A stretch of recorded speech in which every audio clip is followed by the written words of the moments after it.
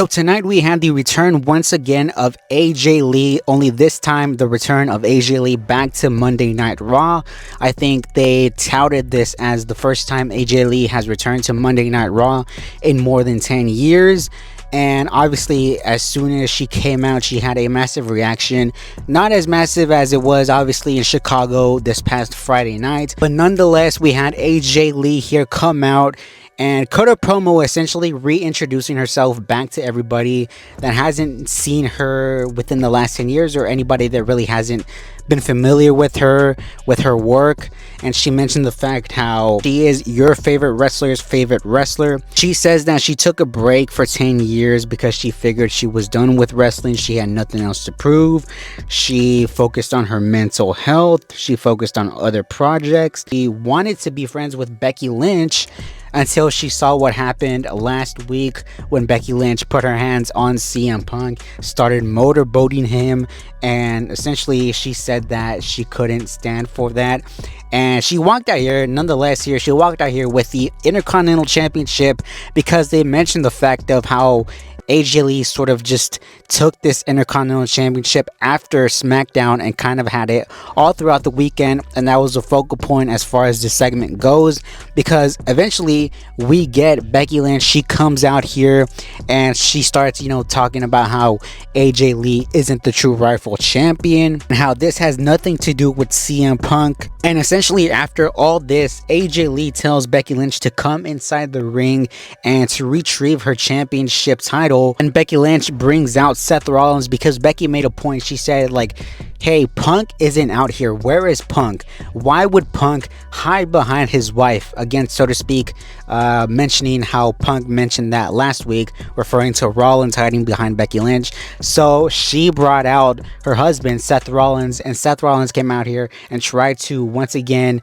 renegotiate, I guess, and try to retrieve the championship from AJ Lee. AJ Lee, of course, not making it possible for Seth to do that. Eventually, Seth starts to get heated at AJ Lee. We see CM Punk emerge from the back, however. He bumps into Becky Lynch and then he goes for the GTS on Seth Rollins. Seth Rollins obviously skedaddles out of there and ends up on the entrance ramp with Becky Lynch. And eventually, the challenge is made from AJ Lee to Becky Lynch and Seth Rollins. She challenges both of them to a mixed tag team match at WrestlePalooza, and that's how she can get back her IC title. And of course, after a while, Seth Rollins accepts the challenge. So officially here we have the match made, the mixed tag team match that we all knew was going to happen. Seth Rollins and Becky Lynch against AJ Lee and CM Punk. So essentially here what we had was kind of the basic that we had to get from this segment. Obviously, the whole talking point here was AJ Lee, her return back to Monday Night Raw, her actual first words, because on Friday she just came out, she didn't say anything, so tonight was kind of her explanation. And I think this segment was exactly what it needed to be. We didn't need a 10-minute pipe bomb here from AJ or from CM Punk, or vice versa from Seth or whatever, but it kind of set up the whole WrestlePalooza the mixed tag team match.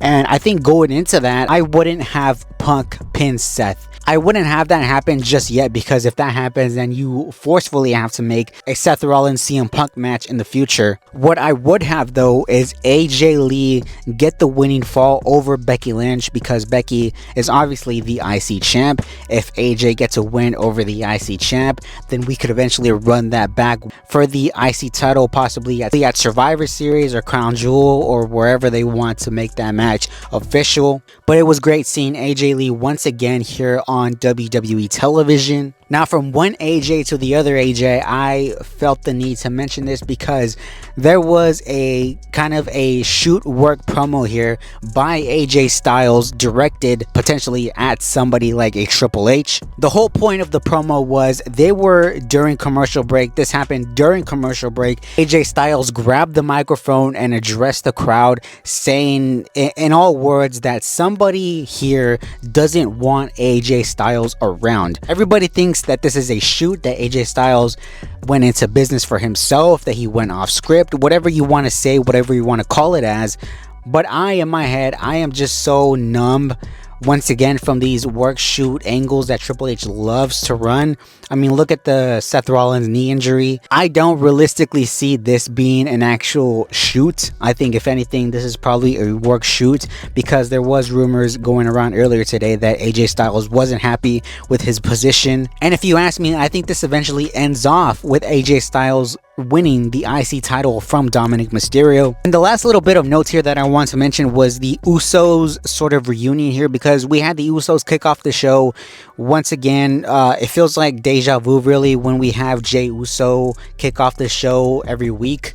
And they got interrupted once again by who else? The Vision, Braun Breaker, Bronson Reed, Braun, and eventually you can kind of see what would happen here. Although LA Knight got involved and they made the match official, LA Knight against one of the Brawns. But eventually, I want to get to what happened at the end of the match, because Jey Uso, all throughout the night, they were kind of hinting possibly at like a heelish version of Jey Uso, right? There was a segment in the back between Jimmy and Jey where Jimmy essentially told Jey that he's acting a lot like Roman would. And Jey essentially said that, you know, he's not here to help LA Knight, and he ended up leaving, or so we thought, because at the end we see him save both his brother and LA Knight from the Vision.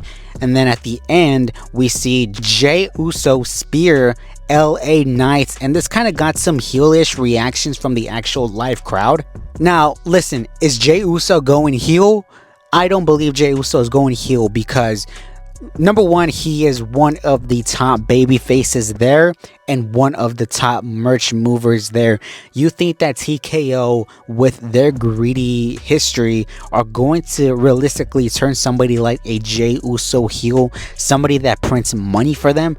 I don't realistically see that happening. I see, if anything, maybe possibly LA Knight going heel, because Jey Uso, I think what you're seeing from Jey Uso right now is more of a serious Uso penitentiary type character, right? The right hand man Jey Uso, right? That's, I think, what you're seeing play out here, and what you're possibly going to get going forward.